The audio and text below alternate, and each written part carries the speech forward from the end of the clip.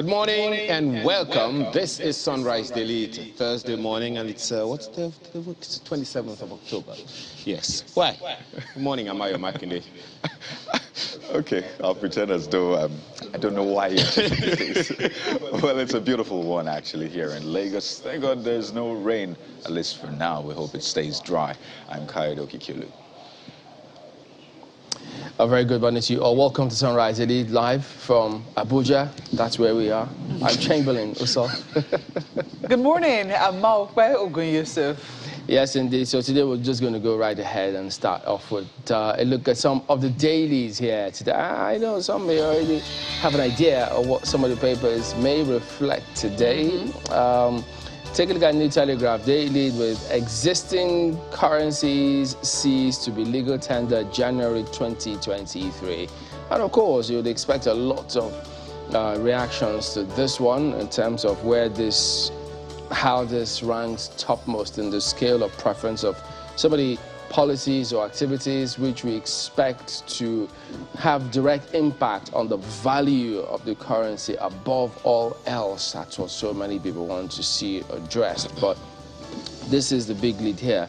And look at the writer here as CBN gets approval to redesign Naira. Apex Bank sets December 15 for circulation. 200, 500, 1,000 Naira to wear new look. So that is what just a big lead story, which you will also get to see reflect on some of the other dailies, and we will be looking at that as well as we progress here today. So just trying to understand the implications of this one here today from business investment perspective. So you need to just keep it locked here and get some details on that one. We've talked about fuel scarcity for a while now, and it's still hugging the headlines this morning. Above this lead story, you get to see fuel scarcity. Vessels refuse to discharge products over cash crisis. So while we thought, or while many thought that, anyway, that was part of what was said at the time, the inability of the tankers laden with fuel to leave Cotton Cafe as a result of the flood. Many did attribute that to why you have fuel scarcity in Abuja. But then that of Lagos surfaced after a while and still is there, I reckon. But now, New Telegraph is reporting that it might actually be that the cause of the scarcity is inability of the vessels to discharge products owing to what they refer to as cash crisis. Now, you may need to go ahead and take a look at the report and find out what is the nature of this cash crisis and if it's affecting Lagos, Abuja. Do we expect it to spread to other states? When will this be over? Remember that Moman always, I think it was 2 days ago or yesterday thereabouts, if I remember properly, when Moman was reported to have said this will soon be over. So you never can tell. So piece all of that together, and then you just wonder, do they ever level with Nigerians as to the real cause of this crisis? And I know one thing they always say, we're on top of it. Well, yeah. But the other headlines here, well, that's what you'll expect. So I'll just write it for you. We're on top of it. Just ascribe it to one of the agencies. Of the words on the cliche shelf. And you'll not be wrong to do that. And then the impact of the strike on academic activities. Look at this at the bottom strip here. Strike. 3 academic sessions running concurrently ascribed to JAMB. Puts varsities on notice against jumping academic sessions. Insists admissions from 2020 to 2023 not elapsed. Where has JAMB been all the while this strike was going on? And they were asking for a thing. They were talking actually about this. They were speaking because at that time they were also conducting JAMB exams, and people were saying, JAMB exams how? When the universities are on strike? And they say, oh, they have a job to do, so maybe that's why they're putting the universities on notice. Oh my goodness. But yeah, you see some other stories here. Former PDP spokesman Olisametu resigns from party, says he's retired from partisan politics. Oh dear. Anyway, there you go. That's a New Telegraph this morning. Leadership is the next one up here, and they have this 4 months to 2023 elections. CBN moves to mop up 3.23 trillion naira from circulation. Recalls 200 naira, 500 naira, 1,000 naira notes. Gives Nigerians 46 days to exchange old notes. Exercise will check currency hoarders. That's according to the EFCC. Timing of currency change not right. That's according to analysts. IPAC CSOs disagree over Apex Bank's decision. So it does look like maybe they've had this in the works for a while, but maybe they kept it very close to their chest. Waiting for the time to. Yeah, because if you are given, you know, everyone 46 days to do the exchange, it should mean that you already have the notes already, and that you're going to be dispensing ASAP. So maybe this is some game changer with regards to funding the elections that they have. Oh. It could be tied. Well, yes, I don't know. This is just, I mean, because look at this now. To mop up 3.2 trillion naira from circulation. Even though we know we always have challenges, logistic challenges in this part of the world. Look, there are several examples. Remember when it was about the name, there were so many hitches, so many postponements, they couldn't meet up with the deadlines. So, well, we hope this 46 days, we hope it suffices. Yeah, we'll see about that. But you know, if there's anything Nigerians don't joke about, and I don't think anyone in any part of the world jokes about it, is their money.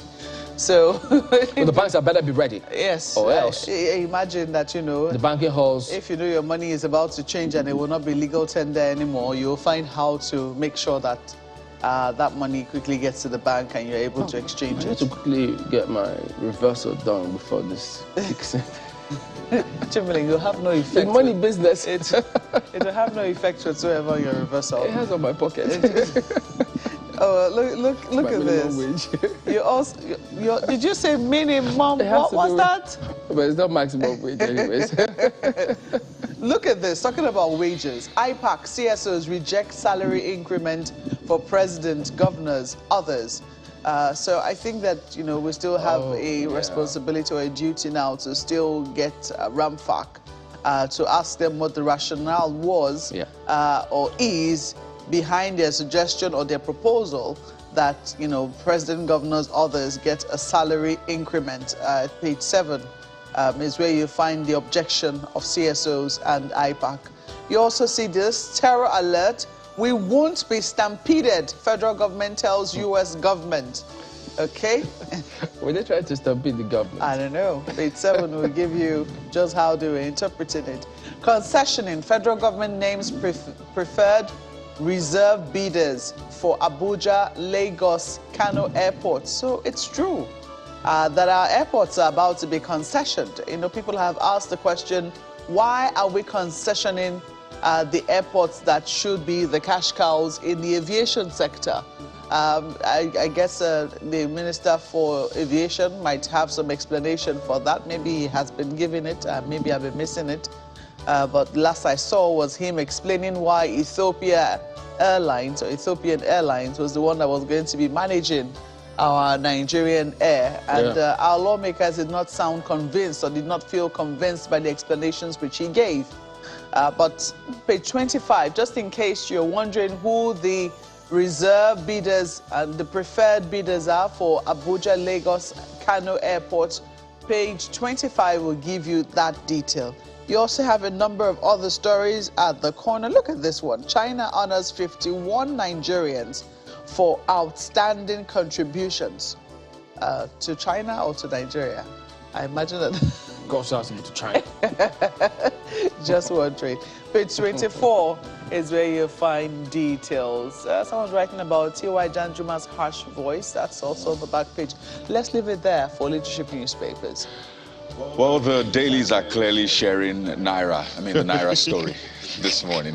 That's what you find on the front page of the Nigerian Tribune as well. CBN cites hoarding, counterfeiting as reasons for redesigning Naira. Let's take a look at the riders. Rolls out new 200, 500, 1,000 notes December 15th. Begins mop-up of 2.7 trillion Naira to tackle inflation. So this is another angle that the Nigerian Tribune has brought into this now. Suspends charges on cash deposit.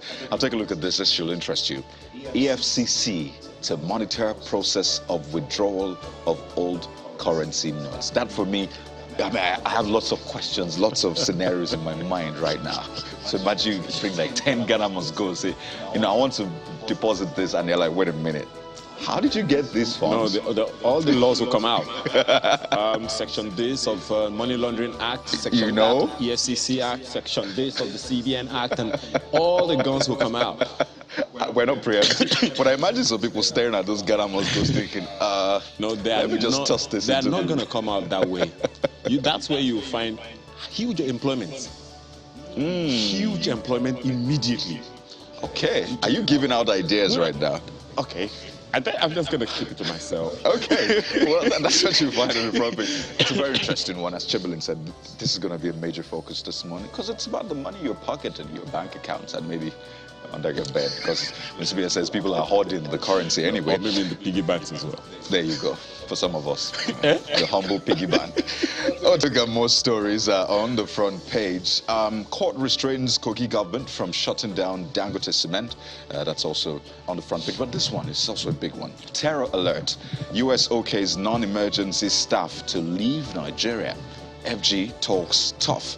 We wouldn't be stampeded by travel advisory. That's coming from Minister Lai Mohammed, says despite terrorist threat, the country still safe. So that's a story for you on page 2 of the Nigerian Tribune. I'll take one or two more for you. This one from INEC saying, we will track party campaigns, INEC. So yet again, another tracking says 93 million voters tentative. So perhaps this might rise or otherwise. We'll wait at least till we get some finality to that one. And this one is on the flood. I must mention this. 30 years of consistent investment needed to control menace. That's coming from the federal government. Was it not 2 days or 3 days ago that the president directed that to be like, is it 3 months, a 3-month plan or thereabouts? 3 months, but by latest by January 25. There should be some sort of plan. So it looks like we're getting some insight that, well, 30 years of consistent investment will be needed to control menace. And says that, I'm sorry. Yeah. I think I have a bit of a... We have had situations where those things were controlled, so to speak. There are those who would reference the Ogunpa River flood of, I think it was in the 80s. We haven't heard about it for decades. So we were able to control it. Yeah, what did we do right then? What did we do right then? When did we drop the ball? When did we drop the ball? Who dropped the ball? Now, that's one. There's another one in Lagos, the Bar Beach. Whenever it rained, excuse me, just be sure that your businesses, your investments, everything is gone. Right now, after how many decades now? I mean, even with it's in this republic. Yeah. In this republic, we were able to taper it down such that we don't have that kind of thing anymore. If anything, we even have an expanded, readjusted Lagos. Well, even cheating the sea right now. So what have we done right in those areas? It's not rocket science. So, well, maybe the president has a good reason. So, okay, since, you know, those were states that handle those ones, let's handle it at the federal level now. Yes, but we have templates. I think it's always convenient to blame global warming, climate change, and all of that for this. But is it that we didn't know it was going to come? Honestly. So the federal government also says it states local government's duty to provide temporary shelter for victims, as Lagos set to demolish buildings on drainage setbacks. That's what the story says. There's that one on the WAEC fire yesterday, and it just hit me when Jam says that there are 3 academic years being run concurrently. Is that like a multiverse or time travel? It's just where we find ourselves right now. When I heard that, you know, the first thing that came to my mind, I'm so sorry for the students. Yeah, we the students. We students of life as well. Can we move on to the next? That's the Nigerian Tribune. Okay. So in this Nigeria, well, the flood river is the primary interest of this Nigerian newspaper this morning. And it's very, very touching what you find on the front page of this Nigerian newspaper. Flood disaster, death toll hits 612, says the federal government. 2,776 persons injured, 123,807 houses completely damaged, over 1.427 million persons displaced, 392,399 farmlands destroyed. Farmlands. Yeah. Okay. The government earmarks 80 billion naira to fix damaged infrastructure. Let me just allow you to go through the story. It's on page 4, and you may want to find it on the internet for yourself. Of course, the CBN redesigning Naira notes is also on the front page to checkmate hoarding, counterfeit currency. Stories on page 15. Debt. Stop mortgaging the future of Nigerians. Labour warns FG. NASU calls for probe of top military officials on oil theft. Stories on page 5. We're waiting on that one. We're not letting it slide. We're just saying, hey, we're just waiting, okay, for all the investigations to be completed so that Nigerians can have the true picture of what's really happening. That's this Nigerian newspaper today. They're talking about a similar matter here today. Why CBN will redesign currency notes, says over 85% of currency in circulation outside banks. So clearly they want to bring it all into the banks, and sometimes you just wonder, why is it that they're outside the banks, and the incentives for them to keep it outside the banks, even if they change the currency, is that a guarantee that they'll keep the monies inside within the banks? So you never know. And then you also see AFCC commence initiative to clamp down on hoarders, just in case. You remember those snakes, termites, and monkeys that normally see some swallow some money? AFCC will say, thank you very much. And then the AFCC chairman will say to Director of Operation, Zomutefi, business done, And then you see experts. What snakes and monkeys will bring in their own too? If the money suffers from them. To exchange it or what? You never know. Things happen in this country. So we'll just say, well, thank you very much. Yeah, we'll be looking for this money else as well. Chamberlain, and then your imagination is running away with you this morning. Well, look at the other right here. Decision good for economy. I think we'll bounce that off some experts here this morning. And then FG says, America also unsafe as U.S. orders evacuation of citizens from Nigeria. This matter is over. National carrier, government operators disagree over partnership with Ethiopian Airlines. So keeps stays out there until perhaps they get further satisfactory, if they will get a satisfactory explanation, because at the moment they just don't buy it. That's Daily Trust this morning. I'm spoiled for choice this morning. I'm trying to look at which one of them I want to take, because they have very interesting ways of couching the story. I don't know. I don't think we've taken a look at The Guardian. Look at this. Worries for Naira as CBN redesigns currency, mops up 2.73 trillion Naira black money. So just in case you're wondering, I mean, there was an official figure which was disclosed, 3.23 trillion naira from circulation. But look at this. The Guardian qualifies this amount of money, 2.73 trillion naira black money. So there's black markets. There's also black money. So you might want to, And they have a lot of riders, maybe to give a little more light to it. It says, hopeful step may rein in inflation, ransom payment, boost Naira value. Yes, because if you are one of those who has been collecting cash as ransom for, for people whom you abduct, how are you going to take that money to the bank? Or do they do transfers in that kind of case? They might give their cronies to go and drop it. Okay, so there'll be, maybe that's why the EFCC is going to be in the bank. Might be typology of those snakes, termites, and everybody else. So you never know. Announcement interpreted as beginning black money mop-up. Decision could trigger asset bubble, says Ashogbo Yusuf. Exercise has no monetary policy significance. Naira reacts immediately, falls to 765 Naira to the dollar at Lagos parallel market. Experts worry about timeline, urge NFIU to monitor huge deposits. Northern Group wants Emefiele sacked, threatens protest across region. EFCC backs move, warns against sabotage. So quite a number of riders to that particular story. They also have, and look at the picture of our Naira, our precious Naira right there on the front page. 200 Naira, 500 Naira, and 1,000 Naira, just in case you don't know what our Naira looks like. Okay, so you also have right there, university admission sessions still valid, says JAM. That story is there. I think that is a better way of couching it, that all of the admissions for those other years, for those who were able to secure the admissions, these admissions are still valid. Terror alert, federal government dismisses threat as U.S. evacuates workers, families from FCT, that is there. Workers of defunct New Nigeria newspapers appeal to Lalong to pay entitlements. Oh dear. It's been decades. Yes.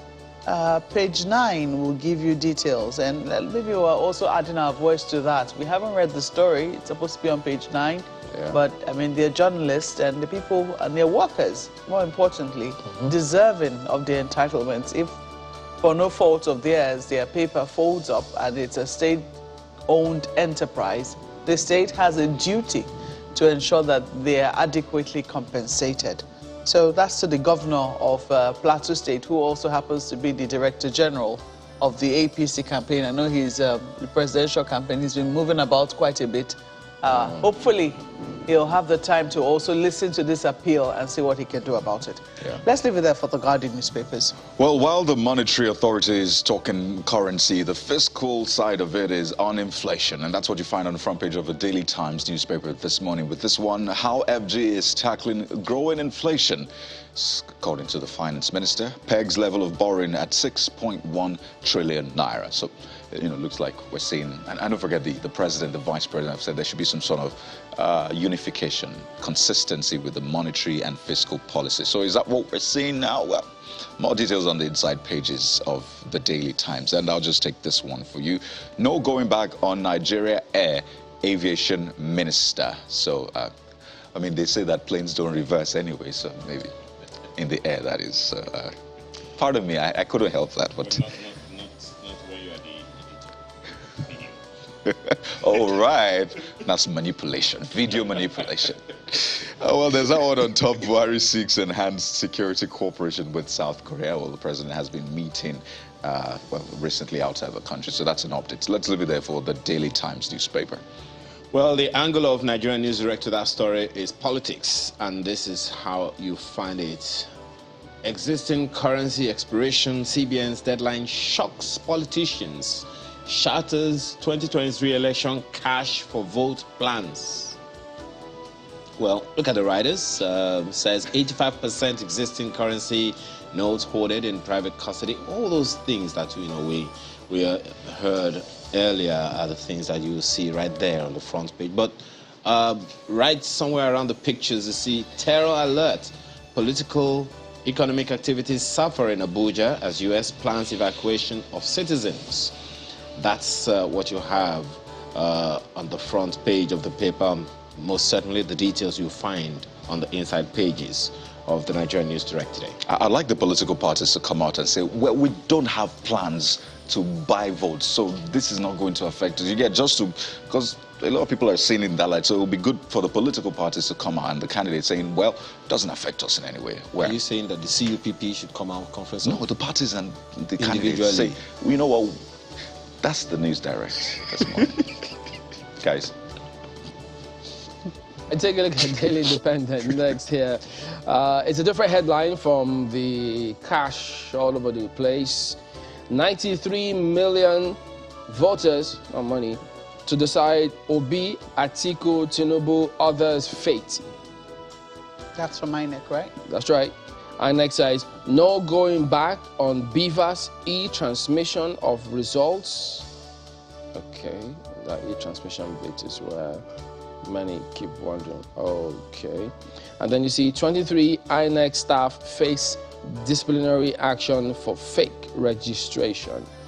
There's a lot going on here, especially if you had followed the scenarios over some weeks, possibly months, as to where this emanated from, those states that they had fake registrants, and now connect the dots. And then they're not losing that particular header, and they're also keeping tabs on that story. CBN circulates new redesigned Naira notes from December 15. And, analysts see move as way to curb monetization of political process. We will see about that one. But there you go. That is a look at Daily Independent, which ends a look at some of the dailies here this morning. Just give us a moment. We will be back.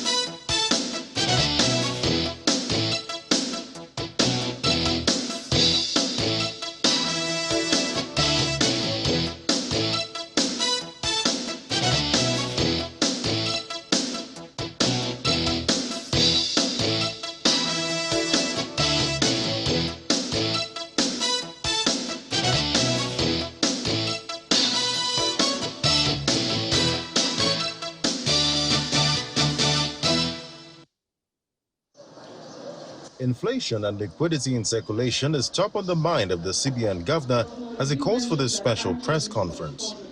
Over 20 years after the introduction, the Apex Bank is announcing a redesigning of the nation's currency. The management of the CBN has sought and obtained the approval of President Muhammadu Buhari to redesign, produce, release, and circulate new series of banknotes at 200 Naira, 500 Naira, and 1,000 Naira levels.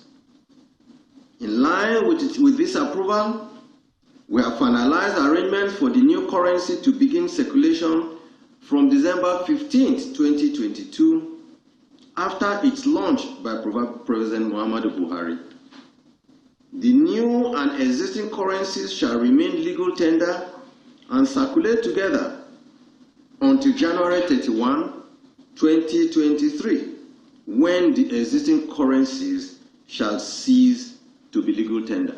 In response to the expansion in economic activities, the bank introduced the 100 Naira note in December 1999, the 200 Naira note was introduced in November 2000, the 500 Naira note was introduced in April 2001, while the 1,000 Naira note was introduced in October 2005.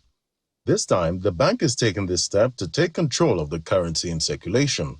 To be more specific, as at the end of September 2022, available data at the CBN indicate that 2.73 trillion Naira out of the 3.23 trillion Naira currency in circulation was outside the vaults of commercial banks across the country and supposedly held by members of the public. The preceding years have seen lower denominations undergo several redesigning, while an attempt by former governor of the Central Bank of Nigeria, Mr. Lamido Sanusi, to redesign the higher denomination in August 2012 did not yield any result. According to the CBN governor, the initiative will help address some of the nation's security threats, especially kidnapping and terrorism, as he believes that terrorists and kidnappers capitalize on the large excess of money to carry out the nefarious activities. You see, all the issues outlined there as the objectives or the purpose of this plan to redesign the currency, I can't find any connection between the act of redesigning the currency and these objectives. We are talking about hoarding the currency. What's the proof that if you redesign, people will not hoard the new notes? We are talking about the fact that people are also hoarding the new currency notes. You need to go to event centers here around Lagos. The new notes that you don't find in the banks, You find them in event centers. People are hawking them. Where are they coming from? Are they not coming from the banks? And in terms of policy, the issue of currency manipulation or redesigning has no impact on monetary policy. Currency as a proportion of money supply is less than 7%. The total value of currency you have in the economy is about 3.3 trillion. Total money supply is 48 trillion.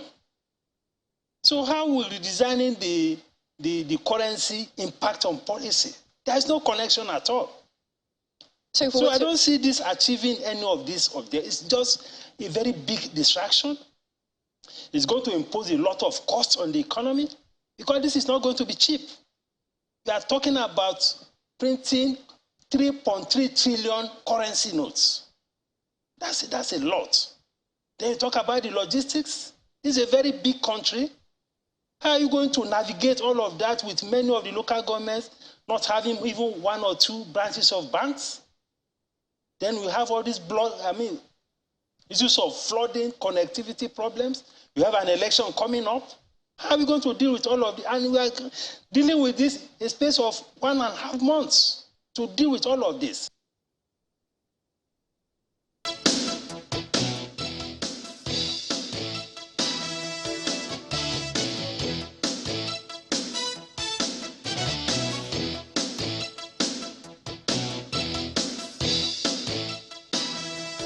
Well, so many things are going to change, including that picture you just saw of Dr. Nnamdi, who is a trade and investment promotion expert, as well as CEO Mortgage Limited. Thank you so much for your time this morning. Thank you very much.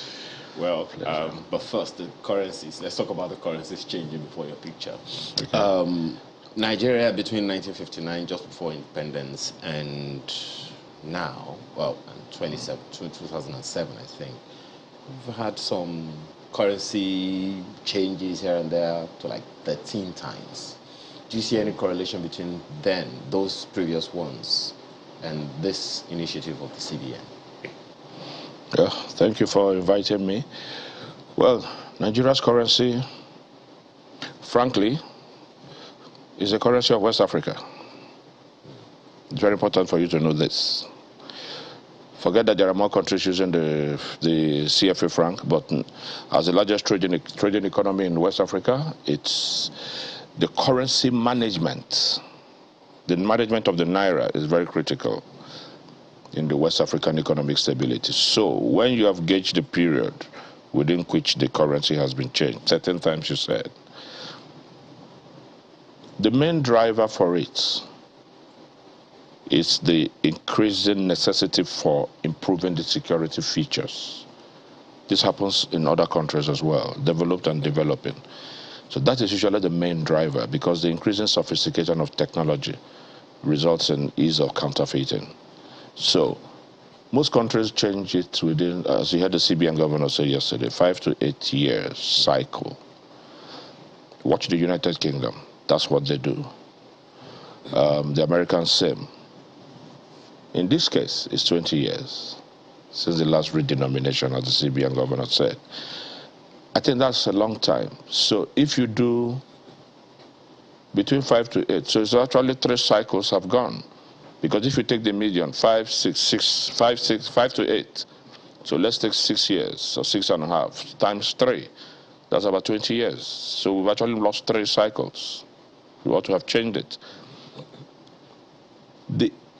Beyond the security issues, which the security parameters in the currency, that long span of 20 years within which we have not changed the currency has resulted in several other issues that the CBN governor highlighted.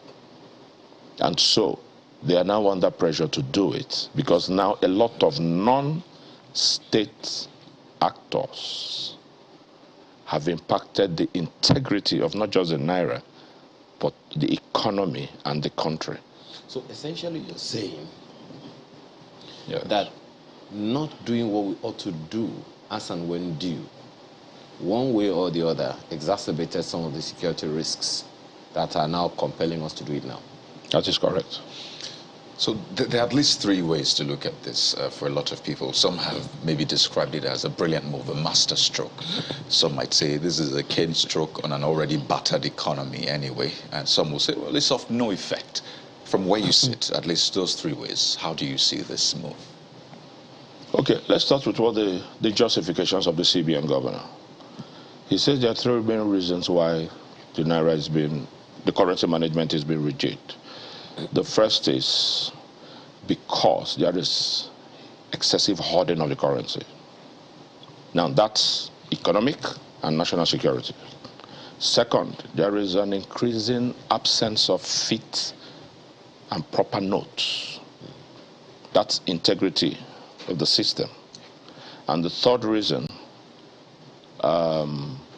is that, what is the third reason? The security, the increasing counterfeiting of the Naira.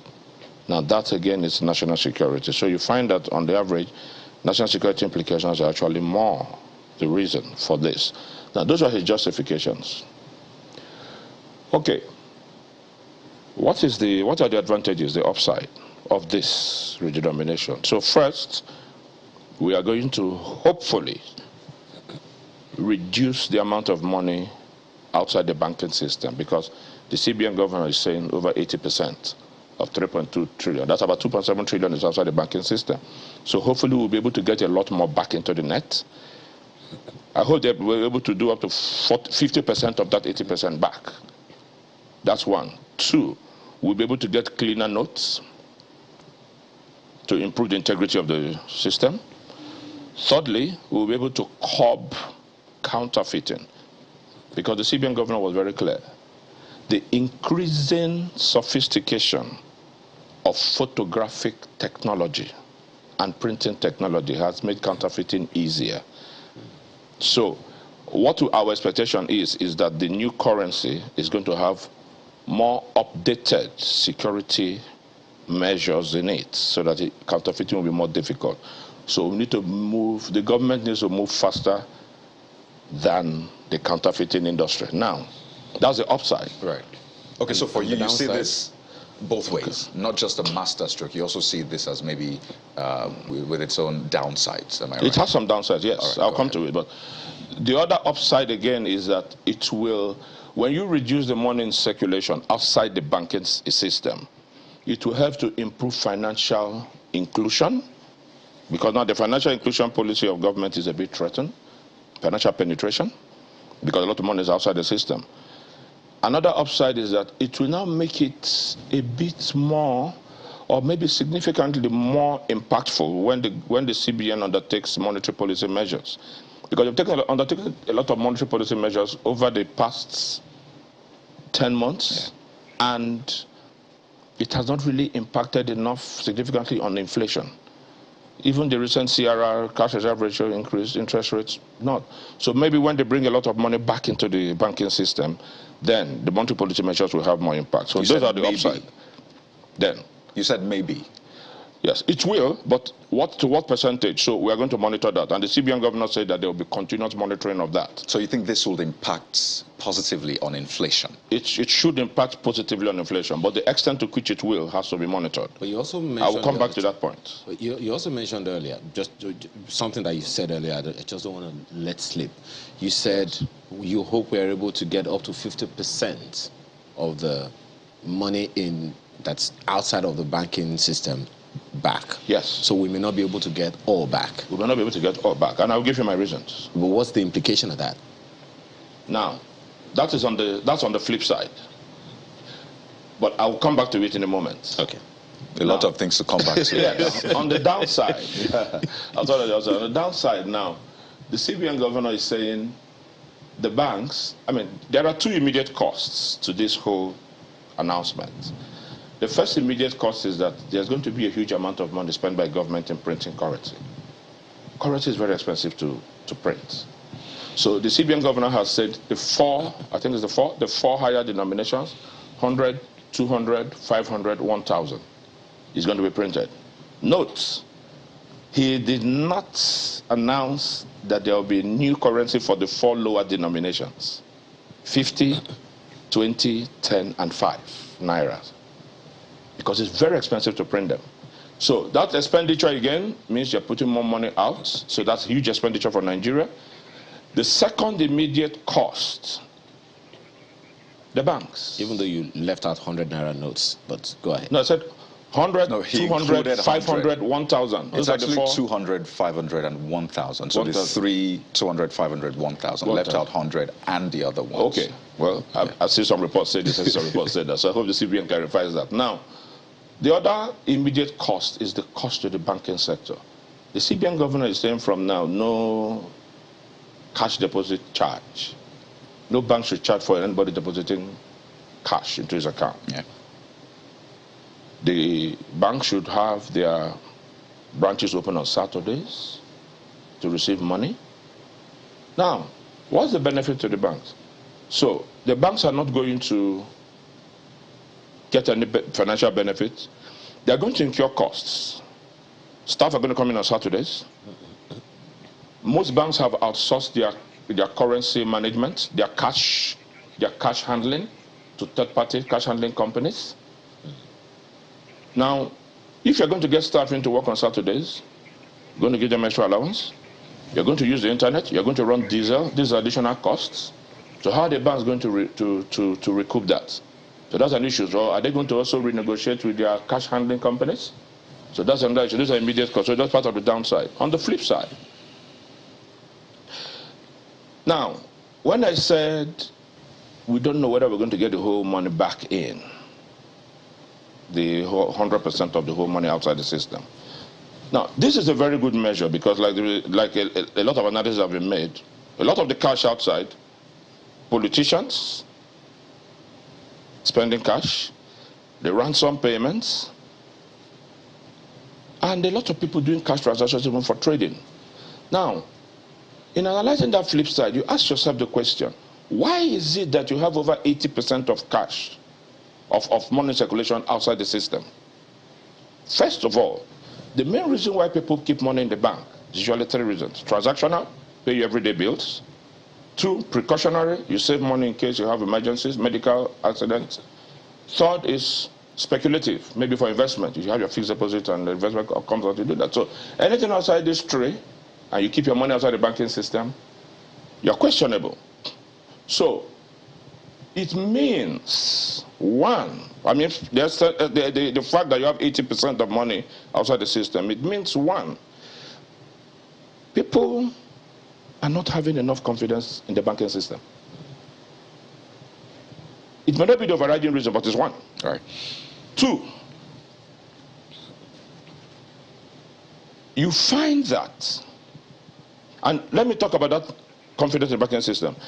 You see, when people, the essence of the electronic banking that the CBN has introduced and has been pushing for is to reduce cash in circulation. But it has increasingly been failing. A lot of network issues.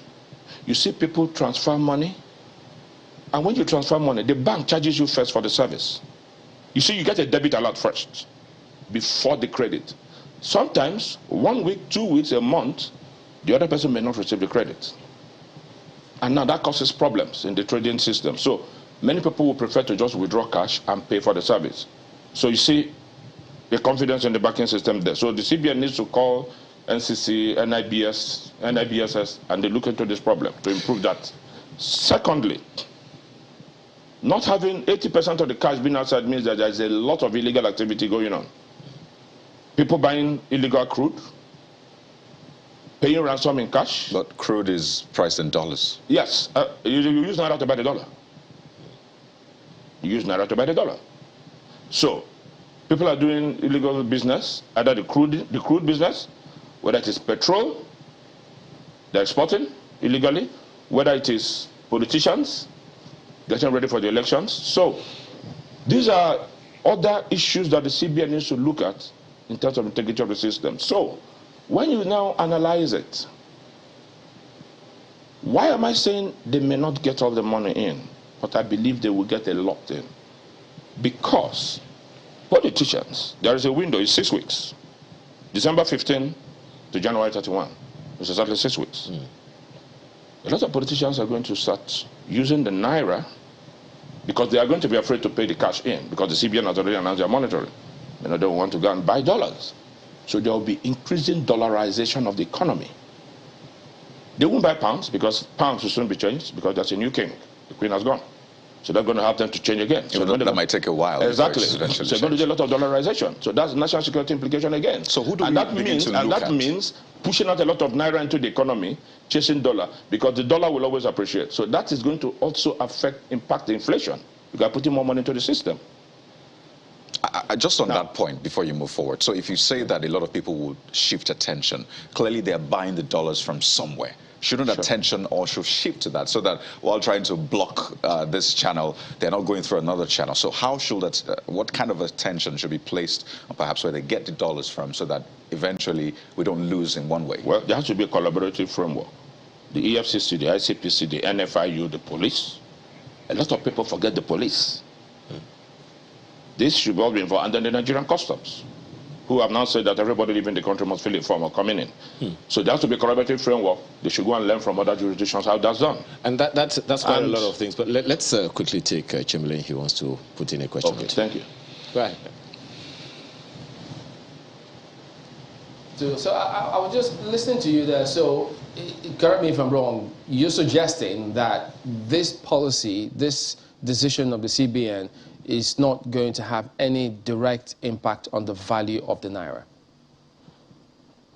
The answer is yes and no. More of yes. Now, the actual and optimal thing that ought to have been done is that the Naira ought to have been redenominated, backed by productivity.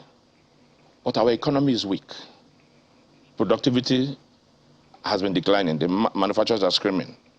So the economy is too weak at the moment, in our opinion, to be able to undertake a Naira redenomination. So basically, they are not changing the face value of the Naira. They're just changing the currency color and increasing the security features of it. So it remains the same. So it doesn't change the volatility of foreign exchange market.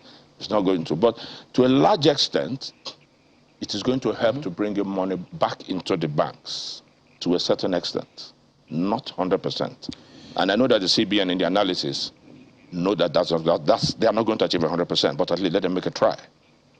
Now. Okay, but, yeah. Of what benefit would that be? What benefit will what be? You mean if they don't achieve all? Well, the CBN governor said that there will be continuous monitoring of the financial system. That was the last thing he said before he ended the press conference. So as they move forward, they'll monitor and see and now decide what adjustments will need to be made as they go along.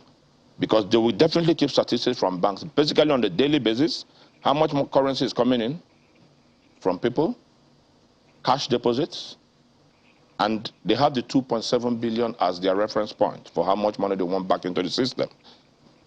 Again, mind you, a lot of Nigerians... So I'm wondering, do you think, is it something we can afford? What do you mean what we can afford? Let me understand you. This new currency printing, the logistics, etc. Is this something that the Nigerian economy can currently support? Well, the CBN has given the date December 15th, which means that they're already on with the production of the Naira. The new Naira, that's one. So the budgeting aspect of it is not an issue. On the logistics side, well, there's flood everywhere in Nigeria at the moment. So I hope they can get the currency across all the various areas where it will be utilized. But the economy, like I said, it was one of the aspects I said is part of the downside, because there's a lot of expenditure that will be made on the currency. And mind you, it is only the upper echelon of the currency. That's 200, 500, 1,000. The lower denominations are not affected. So our economy is not too strong to handle it, but there is more important, there is a national security imperative. So it needs to be done. Weak economy or no weak economy, especially as we're heading into series of elections. The question again as to whether 6 weeks is okay, is relative. There can never be a time you say that it is a time lag that you say is okay or not okay. The European Union did 60 days when they changed the euro in 2002. India did about 7 weeks when they changed their currency. So it's neither here nor there to say 6 weeks, but it means a lot of work. The banks, the bankers' cooperative will need to sit up, have series of meetings with CBN governor, because just like Mopé has said, the logistics of moving the new currency in, because I believe it's being printed outside the country, into the country one, and then distributed within the country, with all the difficulties of flood, robbery on the road and all that, to make sure no currency is lost in transit. It's a huge effort. So the security agencies are going to be on top of their game in guiding the currency distribution. The EFCC, NFIU and co are going to be on top of their game in watching the inflow of deposits. And so it's a speaking whole, about that, it's a whole lot of work. I mean, there was a report about 2 weeks ago, I think it was credited to Bank of America, where they had said that Nigeria's currency is overvalued by 20%. And so do you think that this is any way connected to devaluation of the Naira? Well, like I said, the face value of the Naira has not been changed. We're just changing the currency color and security features. However, the mop-up of Naira outside to reduce the amount of money that is not in the bank vaults will help to shore up the value of the Naira. One of the major, I hear you when you say 20% overvalue, that's fine. But you see, because, and this is very important, because the Naira is a major currency of exchange in West Africa, there is a lot of Naira outside in West African countries. Now, if you want to deposit that into the account, you need to bring the money back into Nigeria. So that means a lot of cash is going to have to move in through our borders. So that's something that the immigration and customs need to look at. So when you talk about value of the Naira, there are other externalities that we don't have full control over. So it's a good measure. It may have impact, but the question is, all the agencies of government, not just CBN now, that have responsibility to monitor, MBS, National Bureau of Statistics, and co, you need to be on top of their game, because this is a mammoth effort being undertaken within just one more thing from here. A short time frame. There was this information from the NDIC where they said 99.4% of the, I think that was about 70 million bank accounts in the country have less than 500,000 Naira in their accounts. And speaking about all this money is coming back in, where CBN says over 85% of money is in circulation outside the banking system.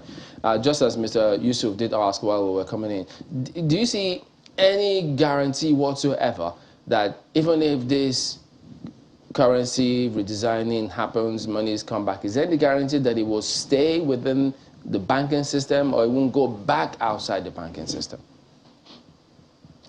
It's easy to give guarantees, but guarantees must be backed by facts. If you want a lot more money to remain in banking vaults, go and improve electronic banking. Because at the moment, the electronic banking system is suboptimal. It rains, network problems. Banks shut down nationwide, they have banking network issues. So a lot more people, if you have 200,000 Naira in your account and you need to do a transaction that is going to cost you 195,000 and your life depends on it, you're going to say, no, if I do the transfer, I may not get this thing done now. You go and withdraw the cash and give the person. Now that's one person, it becomes a chain reaction. So the first thing, go and improve the electronic banking system of the country. So NCC needs to work with NIBSS and CBN. And I assume that will be some part of the logistics that you suggested the other time that should be factored into all of this entire process that we're talking about right now. But then it's also, part of the initiative is also around inclusion, financial inclusion, according to the CBN.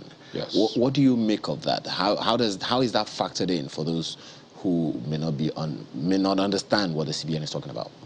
Well, the financial inclusion is supposed to push for financial penetration, particularly into the informal sector of the economy, who actually form the majority. The MSMEs, the cooperatives, they are the major economic players. Now, many of them do cash transactions, but there have been a lot of CBN sensitization on the need for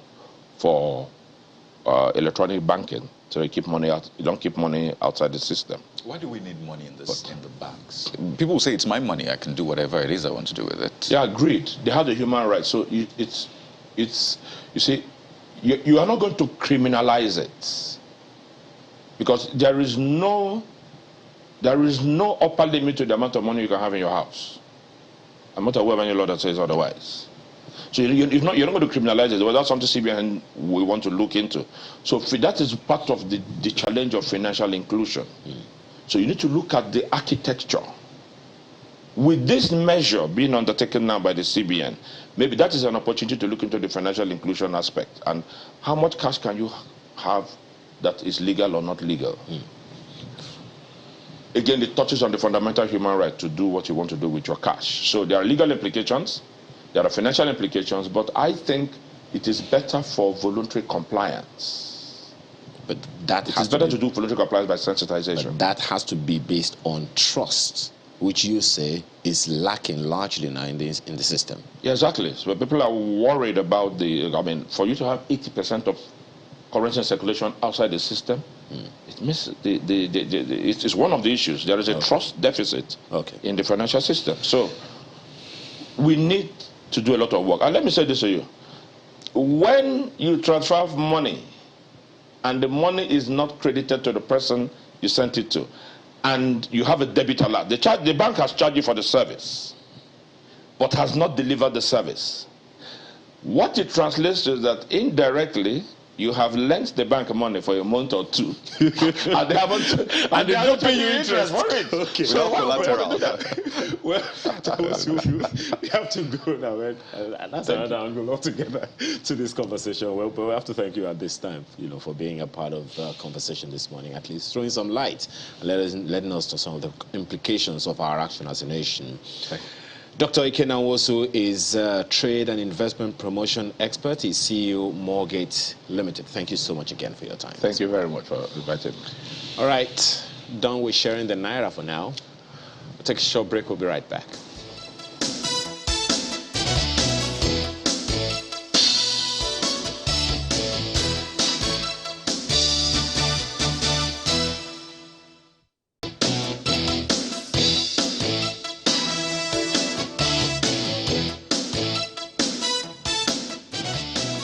We are looking ahead of the general elections, the 2023 general elections. Different activities are going on and will go on up until the very day where we all go out there and cast our ballots for the next set of leaders that will pilot the affairs of this country for the next 4 years. Well, yesterday, INEC met with some of the key participants for this particular season.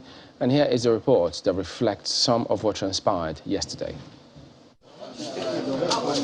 It is the fourth quarterly consultative meeting of the Independent National Electoral Commission with leaders of political parties who converged at the headquarters of the election management body.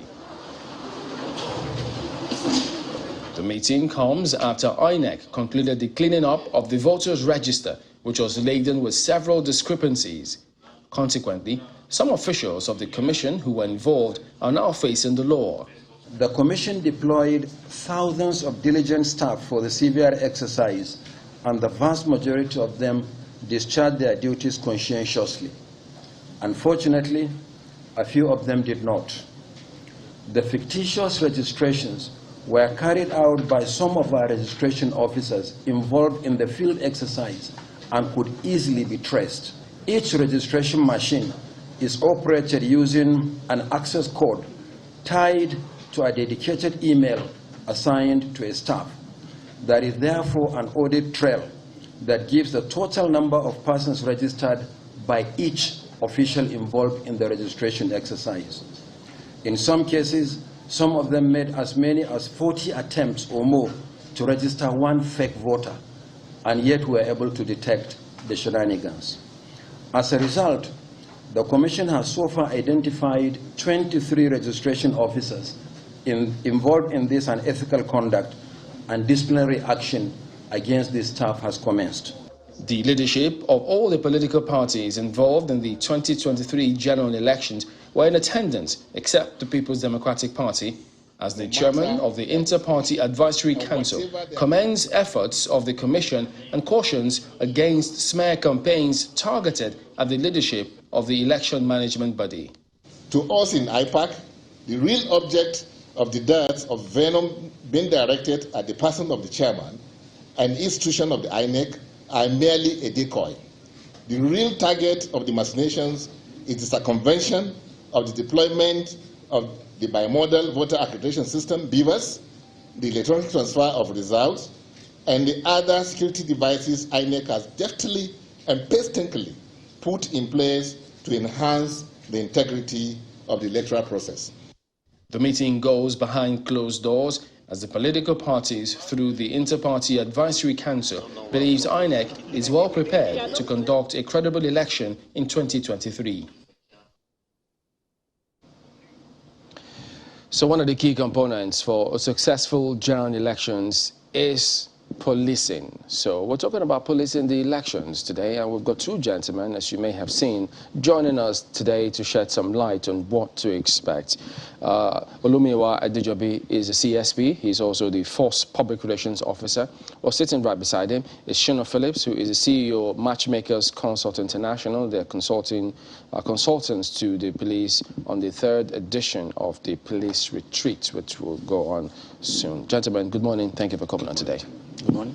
How are you? Well, Mr. Adejobi, a lot people expect so much from the police, as always, in terms of what to do, how things should turn out for these elections. We imagine that the police is preparing for that election. So if you could go ahead and let us into some of the activities of what the police is doing to guarantee or let Nigerians know that you have no need to worry, things will go on well. Well, like I always say, every election is a process. It's not a day thing. We've been to the electioneering process for a very long time, starting with the registration of parties, congresses, primaries, and the likes. And we're providing adequate security to manage these processes. Apart from that, the police as an institution that is majorly responsible for election security management has taken the bull by the horn. One, by actually taking our officers and men through the provisions of the Electoral Act. You can't police or you can't enforce the law you don't know. So we need to dissect the Electoral Act so that officers will have full knowledge of the provisions of the Electoral Act 2022 as amended. Precisely on August 4th of August 2022, we commenced training for all officers and men, the rank of DCP downward, across the 6 geopolitical zones, in conjunction with Solar Security Company, headed by former Inspector General of Police, IGP Dr. Arasi, Solomon Arasi. And we moved around the country to lecture them on election security management. And this time around, we are going to gather a converge on Owerri in Imo State for the 3rd edition of the police conference and retreat, basically in preparation for 2023 general elections. The theme of the conference and retreat is imperative of a Nigeria police strategic plan for peaceful elections. And we're expecting the President, Commander-in-Chief of the Armed Forces, President Muhammadu Buhari, GCFR, to be in attendance. Yes, we confirmed that yesterday, so definitely the President will be there. We're expecting stakeholders in the electioneering, electoral activities, political activities, party chairmen, presidential candidates, civil society organizations. INEC will be there because the chairman is going to have a goodwill message. Commissioners of police and above. We are expecting like 200 and above officers, CPs, AIGs, and DIGs, including the Inspector General of Police. Everybody is involved, and I will be there as well. So we are doing this for us to have knowledge, because without that knowledge, you may not even know what you want to do on the field. And aside from that, the IGP has directed that we should produce something like a pocket notebook for all officers, code of conduct for election security, that every officer should know what he's going to do on the field. It's not. Will the members of the public have access to that? So well, that we know how to hold them accountable. Well, I wouldn't know if it's a restricted document, but it's basically for police personnel, for them to know what and what not to do on the field. And with that, we are very optimistic that we don't have any problem for having free and credible during elections come 2023. Incidentally, he was in a way that the alarm was raised about some alleged manipulations of the voter register, but who knows if we'll come to that as we progress. But whether matchmakers, there's a role for matchmakers in this, so one wonders, so what exactly is matchmakers doing? As a knowledge-based company, from the inception of this program, we looked at the institution. We realized that the Nigerian police have a whole lot to do when it comes to the well-being of Nigerians, especially as they interact daily with Nigerians.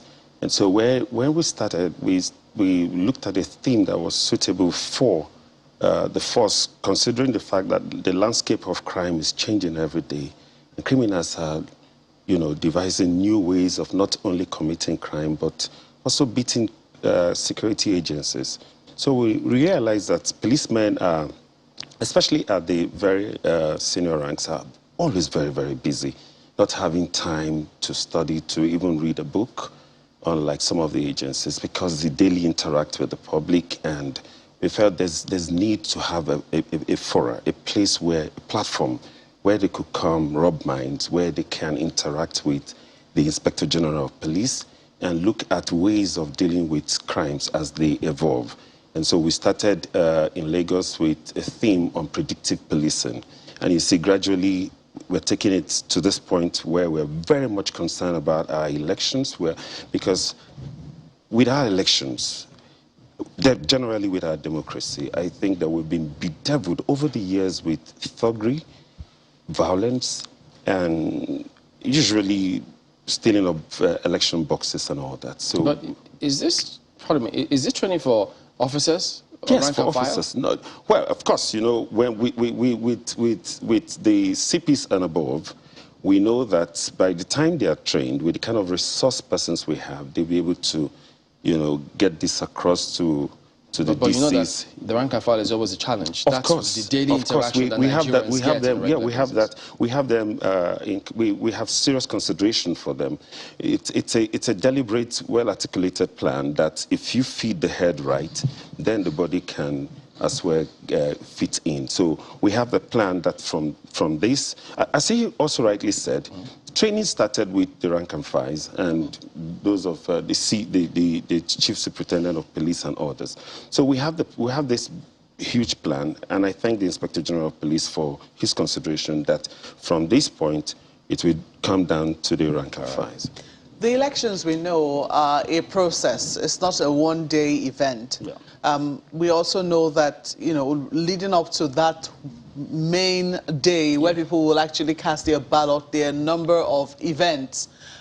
Campaigns are one of them. We're already beginning to record some violence, the election campaigns, and we've seen a few of them. I think in Zamfara, one person is reported to have lost his life as a result of campaigning going on there. Even then, the state government is saying that part of the reason why they're putting a ban on campaigning is because of security. So when you say that, you are looking at the fact that you're looking at a place where everything runs smoothly, are you factoring in what we're already beginning to see in the campaigns? And maybe we could see some more of it in further campaigns. I think even in Lagos, so there was some violence recorded. In Plateau. In Plateau as well. In Kaduna, we've also seen that as well. So when you look at some of these symptoms, because I want to believe that they're symptoms, do you think that they are pointing to a bigger ailment? And are you predicting some cure or prescribing some cure for that? Well, in conflict management, there are things we refer to as early warning signs. These are signs and indications that we may likely have issues like this if you don't nip them in the bud on time.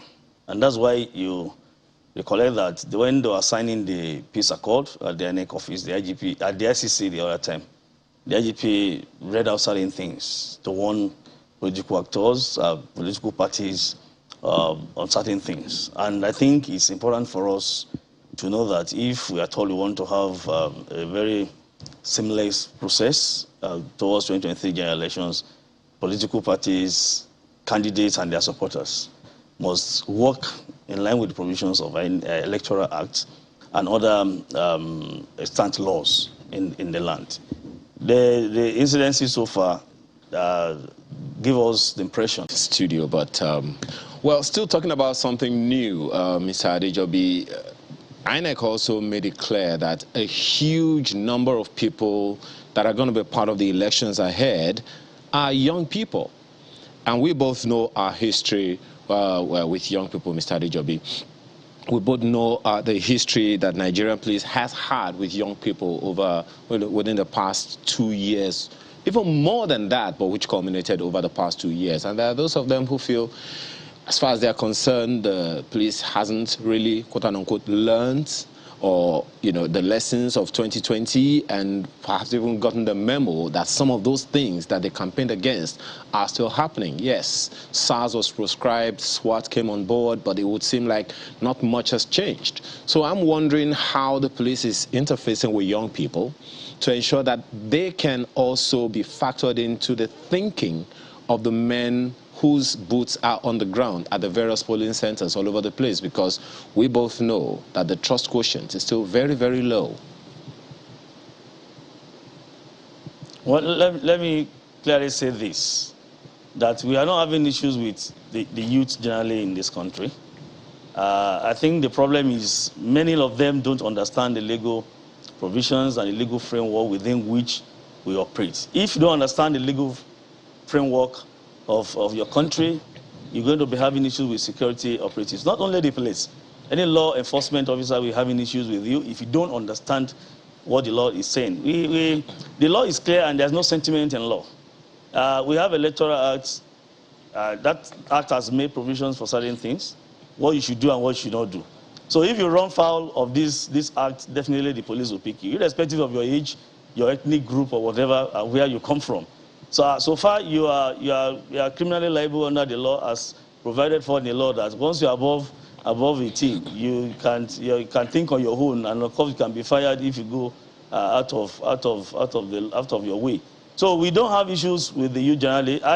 We talk to them. The youth activities are basically under the purview of the first PRO, and I engage them on a regular basis, NANS, all of them. But we cannot rule out the fact that some of them are having issues with our officers on the road. Checking of phones has been the problem. Brutality, harassment, and the likes. And sincerely, in the last 6-7 months, we've been trying our best possible to sanitize the system, to punish those who have held in many areas. And we've made this known to the general public. That era has gone that the policeman will do something and you say you cannot trace him. We don't have unknown police. Every policeman is known. And we have educated Nigerians to the extent that they should be getting across to us when they have issues with them. You can't rule out the fact that you don't have some of these erring officers on the road who actually misbehave because they think nobody is seeing them. But thank God for digital media. People have been sending videos, pictures to us, and we act accordingly. We cannot rule out the fact that some of them would think nobody is seeing me, I can do what I want to do. But we are appealing to Nigerians to always get across to us. We do the needful. By profiling somebody on the road is another problem. That I have deadlock, I put earring on, I dress somehow, they see me as a criminal. It is not professional. We have told our men that if somebody is dressing that way, all you need is to search. If at all you have any reason to suspect that person, just search the person. You have the powers in the law to stop and search anybody. Search the person. If nothing incriminating found, let the person go. Having tattoo on them is not a criminal offense. It's a way of just expressing yourself as a young man. Even some elderly ones have tattoo on them. So we are talking to our officers and men. I've created a platform for almost all of them. The inspector rank and file across the country. I'm having more than 220-something thousand on that platform. I engage them. I talk to them. Because before now, the IGP noticed that some of his directives are not actually taken to them at that level across the country. And the IGP empowered, approved that I should be able to interface with them on regular basis. Also, if I could just come in now. I talk to them. But still, if let me just say this, if Jesus Christ was having 12 disciples, and one of them decided to misbehave, just imagine the ratio we're going to have if you're having more than 300,000 policemen. You expect us to see how some of them that still want to key to that concept of annome in sociology. A deviant will always be a deviant. But the mechanisms must be there for us to checkmate that deviant who wants to soil our name, who wants to bring the Nigerian police force to disrepute. Right, just quickly, because you talked about getting tips from social media, acting on them, and I mean some will say the police has been quite up to task in recent days, ensuring that they follow through. And the incident of the bullion van you talked about, I think it's important to get as a sort of update, because I recall people have clamored for this. They recall the images they saw on social media, which was sort of a tip in the residence of now the presidential candidate of the APC, asking that, well, has the police investigated and all of that? The same way you said that you wanted to investigate the tip you got on a bullion van. Is any work being done on that, or essentially that is water under the carpet and we're focusing on the 2023 elections? Well, I refer to the case of bullion van. It's a peculiar case in Osogbo. I was on ground in Osogbo and somebody called me that he saw a bullion van that brought money to a particular polling unit, I think Aleku Wado area or Laia area in Osogbo. And incidentally, I was at Okefia, very close to that place, and I told the DPO to proceed. It was just an alarm anyway, because we got there, we couldn't see anything. If there are cases they want the government or the police to actually look into, to investigate, we don't act on speculations. If you have your facts, put up a letter, like I always advise them on Twitter, that when they engage me in issues like this, that somebody abused me yesterday, some person attacked us when we are mentioning so name. I said, come, if you are reporting to me on Twitter, it's not going to help, because I am not a police station, I'm not the formation of my own. I can only guide you on how you go about your complaints. And I always advise them to put up any write-up, a petition to the office of the Inspector General of Police, because anything electoral issue, political issue is a very sensitive matter. You need to have a document to work on, put up a petition across to us, and we're going to act. So I'm not saying I saw a picture or anything as far as William Van on Twitter or social media. No, I actually referred to a case that I personally experienced in Osogbo during the off-season election in Osun State. That is it. In other words, even if as some opposition parties tell us that different states, that some CPs in those states are working with the ruling party in those states, so they have to follow the same process in reporting the matter to the police, right? They have the right to report to the IGP. If we have reasons to suspect any commissioner of police, everybody is a human being. We are complete homo sapiens sapien. We think alike. We have the same cranial capacity. So you don't expect somebody not to do like a human being. Also, if a CP is trying to fraternize unnecessarily with a particular person, complain to the Inspector General of Police. We're going to investigate. We have, do you know one thing, the funniest thing about police is that our FIB men still write reports on us. So if you have a commissioner of police in a state, the OCSIB, no matter how close he is to you in that state, writes reports on you on a daily basis and send straight to the AIGFIB, Abu Sani. The AIGFIB will escalate that to the Inspector General of Police without any interference anywhere. Even the CP will not know. If you then and when with the CP in the office, it doesn't mean you are not writing the report. And FIB operative to us is always a threat to us, because they believe that they write on us every day. As I am now as a PRO, they write on my activities on a daily basis. Even our own operatives. That's one thing about the police. So if a CP is not doing, is not professional enough, I think they can contact the IGP, contact people there, they write a report on them. On a daily basis, there are some areas now that we are actually trying to assess the activities of the commissioners of police there. Now the IGs will say, okay, let me see this. And definitely, before we have the general elections, there might likely be some changes here and there for one reason or the other. If there are complaints against certain commissioner of police, the IGBs they want to move, that's CP out of that place. So people can actually believe in our system that when they report to the IG, the needful will be done. Let's wind down with this, Mr. Phillips. What kind of resource persons that will be here? Are they former electoral officials or something like that who have experience in things like this? Someone like Mike Igini, for instance. And of course, with media, we have the chairman of Channels, John Momo. And then we have Ross, who is an expert in analytics. So we have about 10 resource persons, and then we have that for cybercrime. We're working hand in hand with Interpol. And so interestingly, I mean, the kind of technology that Interpol will employ during this election, we surely amaze Nigerians. All right. So we have very tough, very sound resource persons. Okay, so to whom much is given, they say much is expected. Yep. So we'll be expecting a lot more from the police concerning policing the elections. We have to thank you for coming on. Olumiwa Adejobi is a CSP and Force Public Relations Officer. Shina Phillips is the CEO of Matchmakers Consult International. They are consulting for consultants to the police on this 3rd edition of the police retreat. Gentlemen, thank you very much for coming on, and all the best. Thank you very much. We will be back in just a moment, but from Lagos, join us again.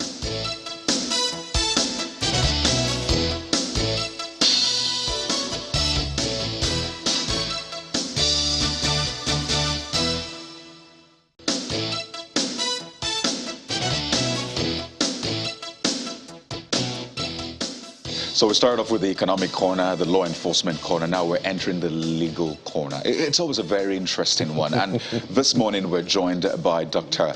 Nnamdi Ubani, who is chairman, section of public interest and development law, SPIDL, joins us right here in our Lagos studio.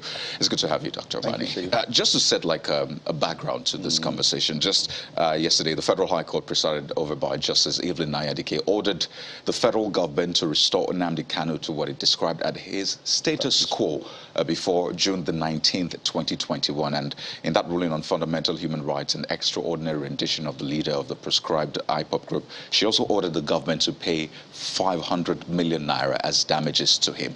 I need you to help us understand, because over time there have been different cases here and there. Some will recall January, the case of the High Court in Abia State. I think it was 1 billion naira then. Then October the 13th again at the appeal court, he was, he was acquitted. According to what we saw. And now this one, help us understand, how is this related or maybe not to others? How do we situate this latest one? Let's make sense out of the entire process. In January, as rightly mentioned, there was a civil case against the unlawful invasion of Nnamdi father's home in Umuahia in 2017. And the Ejimako who initiated the process also brought in the issue of extraordinary rendition that took place in Kenya. Now, the court in Umuahia, in summary, declined jurisdiction with the issue of extradition rendition, saying it's clearly outside the jurisdiction. By the way, extraordinary rendition for people who are not, extraordinary. What does it mean? The way he was abducted, the abduction is called extraordinary rendition. He was abducted not in accordance with the process. If you have any citizen you want to take out of a country, you go through extradition process. It's a judicial process. You don't just go and pick a human being and then bring that person to another country. Remember Umar Diko's incident in Britain also. So it was that extradition, process that this young man brought a case against, that it wasn't done properly. And then also the invasion of 2017. The court now assumed jurisdiction over the invasion, the unlawful invasion of 2017. Remember that Nnamdi ran away when he was pursued by the military, not by any court order. They just invaded his father's home. So that was clearly unlawful. So he brought these two cases together in the State High Court. The court declined jurisdiction on the extradition, beautiful, and said that it can assume jurisdiction on this other one that has to do with our local issues and for which State High Court has jurisdiction, and then awarded a damage of 1 billion. That was in January. That was in January. And now yesterday's. Then The Ejimako himself, who happens to be the counsel who brought this matter, felt that the right thing now to do is to bring this extradition process, I mean the extraordinary rendition matter, before the Federal High Court that has jurisdiction. So that was the one that was decided yesterday. The court now said, one, that it was very wrongful, contrary to local laws and international treaties, for the federal government to have taken Nnamdi forcefully from Kenya and brought him back to Nigeria in order for him to face his treasonable charges. So for doing that, she awarded 500 million against the federal government. So that is with regard to, these are civil cases. The one in Abuja is criminal. Nnamdi is charged for treasonable offenses, and before the Federal High Court in Abuja, 15-count charge. The legal team brought an application to dismiss all the charges for being incompetent. The court said that only 8 of them were incompetent, struck down 8, and allowed 7 to stand so that Nnamdi can face trial for the 7 charges. They went on appeal over the 7-count charge that the court allowed. And the Court of Appeal now says, for bringing Nnamdi in a manner that was clearly a violation of his right, any other charge that stands on that issue of bringing cannot hold, that the court has no jurisdiction to try him. In other words, all the 7-count charge that was remaining was also knocked down. Okay. Meaning there is no charge, as I speak to you today, before any court anywhere against him. That is criminal now. That's at the Court of Appeal, okay. Abuja, yes. But then the federal government said he's discharged but not acquitted. Or now, acquitted, not discharged. Which one you know, it's a matter of semantics. If you read, you need to read the judgment of that court, of the Court of Appeal, even when beyond issue of discharge and acquittal, says that there is no other court that can even try Nnamdi with regards to this particular offense you have brought him back from Kenya. In other words, there is no charge today. If there is, when a court says you are discharged over a criminal charge, meaning there is no other charge even for you to continue the trial. So what do you mean by the issue of acquittal? Acquittal, yes, if you want to come back for another charge, fine, you can come back. That's what it means. You are not acquitted, you can be charged. But then the court even went further and said you cannot be charged, brought before any other court in the land. Go and read that judgment of the Court of Appeal. So it even went beyond the issue of acquittal. You can't be brought as long as the process that brought him back has been rendered incompetent and invalid. You cannot try him today based upon the Court of Appeal, unless the Supreme Court overrules the Court of Appeal. Yes. You also heard the federal government, the Ministry of Justice, saying yes, they can't just obey the law. They court order. Yes, this is one of the unfortunate things. I don't think they were rightly quoted, because it would be wrong for any government to say they cannot obey their own court. Of course, it's an institution under democracy. You know that 3 arms of government. You know the site, security reasons. No, you can't do that. Okay. If you bring a matter before the court and you have given your confidence to that court, and the court now gives a judgment, it behoves on you to obey that judgment. You can not give any other reason other than what the court, has actually ruled. Because the court considered all that. You must have brought all that before the court. And the court considered and said, look, you have violated this man's right. Go ahead and release him. So you have no right whatsoever to now cite security as a reason for you to disobey your institution. 3 arms. And why we have those arms is to ensure balance and equity in a state. Now, the arm is that judicial arm is what that interprets the law, in order to ensure that there is no excesses on the part of other arms of government, because power corrupts. When there is absolute power, it corrupts absolutely. So the judiciary creates a balance in every civilized country, in every country that operates democracy, unless you operate in what you call military regime, in which case you will have no responsibility towards any person. You can do anything you want to do. But under democracy, these 3 arms of government act as checks and balances. So if the judiciary has made a pronouncement and said, no, this is wrong, against the executive, all the legislative arm of government, you have to respect that. You have no reason for you now to give a different interpretation. It does not happen anywhere in democracy, unless you are not practicing democracy. Well, the Attorney General, through a statement, the Minister of Police Affairs have also spoken about that. The Attorney General saying, yes, he was discharged, but not acquitted. Yes, we've seen a rejoinder from his legal team as well. But so 1 billion naira in January, 500 million naira now. That's 1.5 billion naira. Billion, yes. But that's at the Federal High Court. The appeal court has reserved, ruling in that case because the federal government is still in court regarding that. And I mean, you've talked about both sides. Federal government saying it's flight risk. His lawyer saying, well, he's actually releasing him essentially is fundamental right because the court has said that. So perhaps moving forward, because I know the National Security Council has said, well, this political resolution, I mean, it's in the courts. The president has said he would allow the judiciary handle this. How much of a way forward do you see? Because some will say that the appeal court clearly is higher than this court that just gave a judgment. So which should the federal government, or which way should the federal government go for this to be resolved? Because I imagine that's the big picture for everyone. The elders, both even from the south and the southeast, have approached the president previously over this matter, and then suggested that, look, we can find a political solution to Nnamdi Matter saga. That it was because of the mishandling in the first place, that brought all this problem. But we can handle this matter in such a manner that there won't be any crisis anywhere. The unrest in the south is, generally, the president made a promise that he will allow the court to determine the fate of Nnamdi Kanu, which is what is ongoing now. Now, that same court has made pronouncement, and the federal government is disobeying that court order. So what does it speak? It shows that you never believe that you wanted the court to resolve the issue. But I think that I have an advice for the federal government. We want peace. We cannot make progress as a nation without peace. Right. And so the best thing to do in the circumstances is to look at this issue holistically. Okay. Speak to Nnamdi Kanu.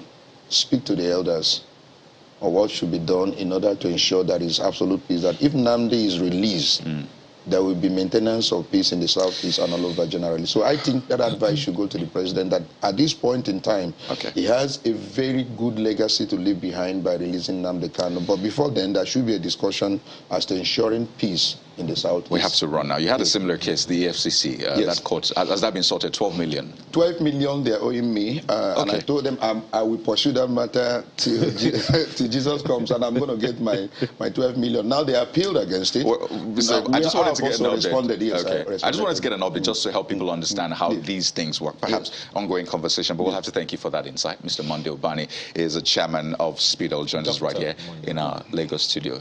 It will be double doctor very soon. Very soon, by the grace of God. Thank you so much, Dr. Obani. I appreciate it. It's my pleasure. All right, well, quick one before we go. Your mail, Celestine Abu, is about policing the 2023 general elections. It is advisable, you say, if spy camera can be provided for some detectives, as it will send signals to those with evil intentions. That's from Celestine Abu. I'll take a look at this one from John Ogolo. It's on the Naira notes. We're still talking Naira. The plan of CBN to redesign the Naira notes is a welcome development. We hope that the paper quality of the new notes will be higher than the current notes, and CBN will take strategic measures to encourage proper handling of Naira notes.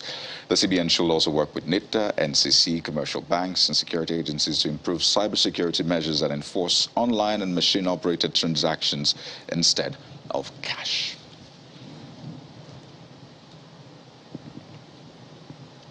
Okay, well, this one comes through from Pastor Law Alpha Cross, who says, my only concern with the policy on redesigning the highest denomination... Okay, well, that's for Festus. All right, let me go with that, Festus. Just hold on. I'll read that one then.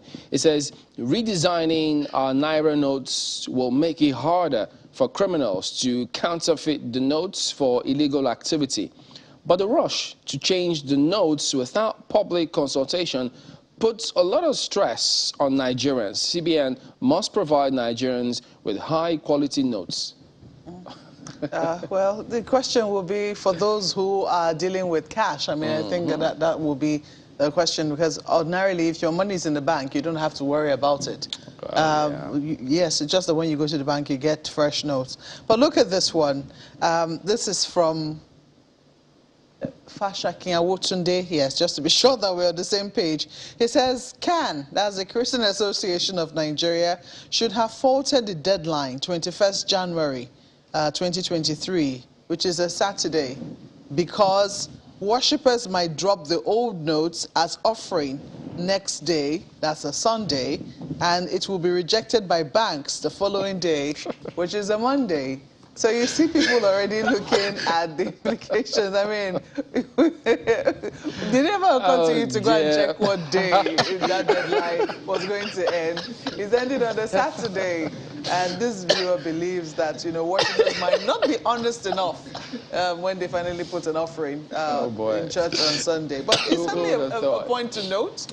Maybe something for the CBN to reassure churches on, that maybe if you get your offering on a Sunday, we'll still be able to collect it from the churches maybe on Monday. I don't know if it's about sincerity, because I mean, sometimes it's about availability and how certain things play out. You just think, okay, this is the fastest way. After all, you know, they might still be within a certain frame or window. You never can tell, really. So different strokes for different folks right there. An interesting point to note. Well, thank you very much indeed, everyone. We do appreciate your messages as always. We will see you again here tomorrow. I am Chamberlain, so have a very good day. Thank you so much. I'm Maokwe Ogun Yusuf. I'm still shocked. I need to have a conversation with Fashakel today, really. Wow. But, you know, thank you for that laugh. It was a good one. I'm Kayode Okikelu. It's not funny if your father is a cleric. Amaya Makinde, have a wonderful rest of your day. Oh, wow.